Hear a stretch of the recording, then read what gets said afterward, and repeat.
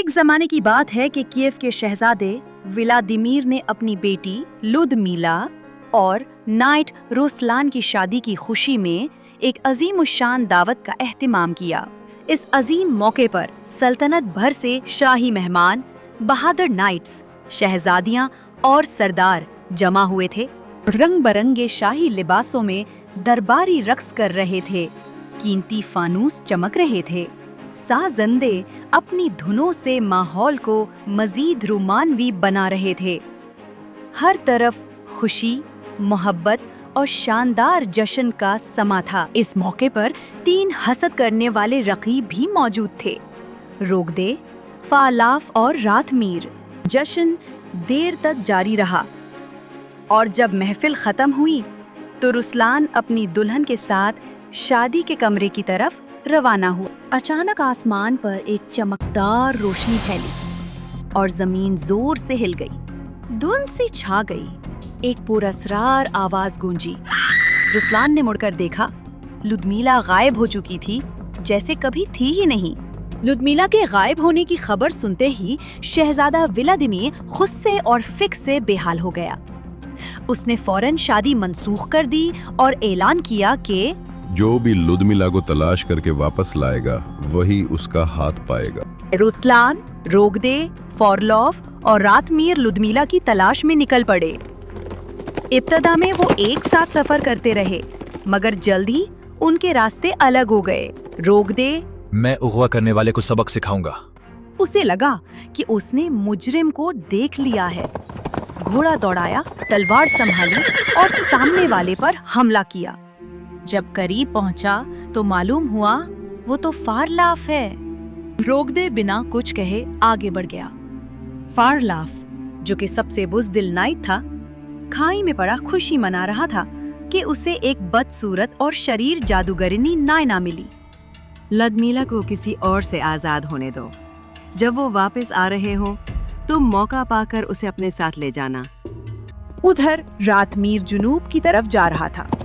ایک شام اسے ایک قلعہ نظر آیا جس میں حسین و جمیل دوشیزائیں رہتی تھی۔ وہ وہیں رک گیا اور پھر کبھی نظر نہ آیا۔ رسلان لودمیلا کی تلاش میں سب سے زیادہ آگے بڑھ چکا تھا۔ اسے ایک غار ملی جہاں ایک بوڑھا جادوگر ملا۔ میں فن لینڈ سے ہوں اور جوانی میں ایک حسینہ کے عشق میں گرفتار ہو کر جادوگر بنا تھا۔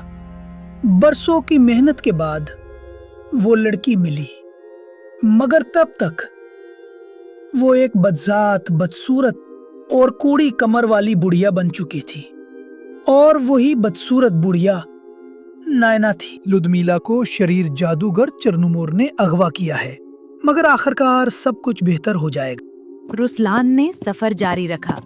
راستے میں روگدے ملا، دونوں نے زبردست لڑائی کی۔ آخرکار رسلان نے اسے پیچھے دھکیل کر دریا کی طرف روانہ کیا۔ اگلے ہی موڑ پر ایک دیو جتنا سر راستے میں تھا، وہ کہکا مار کر ہنستا اور زور سے پھونک مارتا، جس سے رسلان اور اس کا گھوڑا ہوا میں ہلنے لگتے۔ تو مجھ سے گزر نہیں سکتا۔ رسلان نے نیزہ زبان کی طرف بڑھایا، سر کمزور ہو گیا، پھر اسے ایک زوردار دھکا دیا۔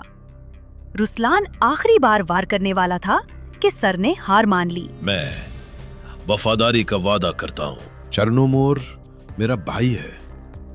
ہم دونوں کے درمیان ایک جادوئی تلوار پر تنازع ہوا اور چرنومور نے میرا سر الگ کر دیا۔ چرنومور کی ساری طاقت اس کی داڑھی میں ہے۔ داڑھی کاٹ دی جائے تو طاقت بھی ختم ہو جائے گی۔ رسلان نے اسے معاف کیا اور آگے بڑھ گیا۔ لودمیلا کو چرنومور قید کر کے اپنے قلعے میں لے گیا تھا۔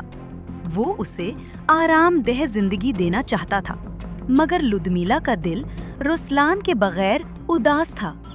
باغ میں پریوں جیسے پرندے اور جادوئی درخت ضرور تھے، مگر خوشی نہ تھی۔ ایک بار چرنومور نے محبت بھری پیش قدمی کی۔ میرے ساتھ رہو، میں تمہیں خوش رکھوں گا۔ لودمیلا خاموشی سے اس کی پیش قدمی کو ٹھکرا دیتی ہے۔ میں کبھی تمہاری نہیں بن سکتی، اور اس کی جادوئی ٹوپی چھین لی، جسے الٹا پہننے سے وہ غائب ہو جاتی تھی۔